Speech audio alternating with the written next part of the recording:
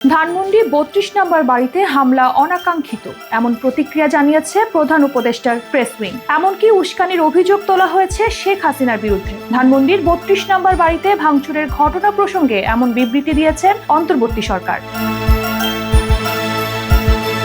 সরকারের পক্ষ থেকে এই ঘটনাকে অনভিপ্রেত ও অনাকাঙ্ক্ষিত বলা হয়েছে। তবে তারা দাবি করে সম্প্রতি জুলাই অভ্যুত্থানের বিরুদ্ধে এক উস্কানিমূলক বক্তব্য দিয়েছেন ভারতে অবস্থানরত পলাতক শেখ হাসিনা, যা জনমনে সৃষ্টি করেছে তীব্র ক্ষোভ। এরই বহিঃপ্রকাশ হিসেবে ঘটেছে ভাঙচুরের এই ঘটনা। বৃহস্পতিবার প্রধান উপদেষ্টার প্রেস উইং থেকে পাঠানো বিবৃতিতে এসব কথা জানানো হয়। বিবৃতিতে বলা হয়, গত ৬ মাসে ধানমন্ডি ৩২ নম্বর বাড়িতে কোনো ধরনের আক্রমণ বা ধ্বংসযজ্ঞ হয়নি। গতকাল রাতে এটি ঘটেছে শুধুমাত্র শেখ হাসিনার সাম্প্রতিক বক্তব্যকে ঘিরেই। তারা অভিযোগ করে, জুলাই গণ অভ্যুত্থানে আত্মদানকারীদের অপমান করেছেন এবং অবজ্ঞা করেছেন শেখ হাসিনা। শহীদদের মৃত্যু নিয়ে অবান্তর ও বিদ্বেষমূলক কথা বলে তিনি অশ্রদ্ধা করেছেন গণ অভ্যুত্থানকে।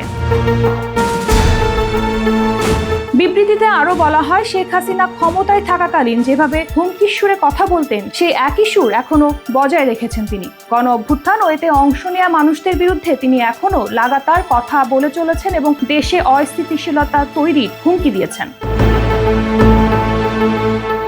প্রেস উইং এর বিবৃতিতে আরো বলা হয়েছে, মানুষের মনে জুলাই গণহত্যা নিয়ে যে ক্ষত রয়েছে, সে ক্ষতে একের পর এক আঘাত করে চলেছেন শেখ হাসিনা। তার এই সহিংস আচরণের প্রতিক্রিয়া হিসেবে ৩২ নম্বরের বাড়ি ভাঙচুরের ঘটনা ঘটেছে। অন্তর্বর্তী সরকার আরো জানায়, আইন শৃঙ্খলা রক্ষাকারী বাহিনী পরিস্থিতি নিয়ন্ত্রণে আনতে সর্বাত্মক চেষ্টা চালিয়ে যাচ্ছে এবং জনগণের জানমালের নিরাপত্তার সর্বোচ্চ সতর্কতা অবলম্বন করা হচ্ছে। মানবতা বিরোধী অপরাধে একজন ওয়ারেন্টভুক্ত আসামি হিসেবে শেখ হাসিনা বক্তব্য দেয়া থেকে বিরত থাকলে এমন ঘটনার পুনরাবৃত্তি এড়ানো সম্ভব বলে বিবৃতিতে জানানো হয়।